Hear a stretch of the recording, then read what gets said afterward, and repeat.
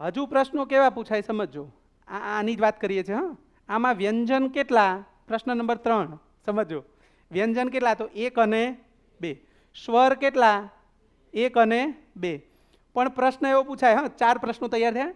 પ્રશ્ન પૂછાયેલા છે શ્રવણ, ધ્રાસકો, બિંદુ. હમણાં તાજેતરની પરીક્ષામાં છેલ્લો શબ્દ બિંદુ હતો, એ મને યાદ છે. પછી શ્રવણ શબ્દ હતો, પછી ત્રિકોણ શબ્દ પૂછાયો, ત્રિશૂળ પૂછાયું હતું. આ બધા શબ્દો પૂછાયેલા છે.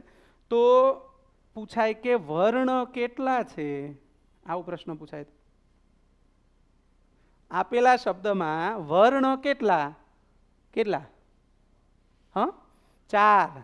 કેટલા? 1, 2, 3 અને ક્લિયર થઈ ગઈ બાબત? તો આવી રીતે પ્રશ્નો પૂછાય. જુઓ, છોડવાનું, જોડવાનું, સ્વર, વ્યંજન, વર્ણ.